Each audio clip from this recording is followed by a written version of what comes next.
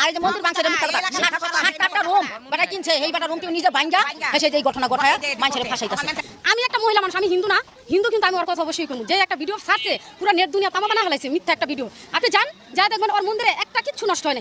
না, এটা একদমই মিথ্যা কথা বানোয়াট। এরা আমার বাড়িটা ভাঙচুর করছে, ভাঙচুর করে আমার বাড়িটারে এরার বাড়ি দেখাই দিয়া সারা বাংলাদেশ তথা বাংলাদেশের বদনাম বা ইন্ডিয়ার কাছে বাংলাদেশ ছাত্র সমাজের বা বর্তমান অন্তর্বর্তী সরকারের বদনাম করার জন্য তারা এই কাজটুকু করছে। অবাক বিষয়, এই নারীর আকুতি ও চিৎকারের ভিডিও ভাইরাল হলেও তখন হামলা বা মারধরের কোনো ঘটনাই ছিল না। একেবারে অক্ষত রয়েছে তার বাড়ির কালী মন্দিরটিও।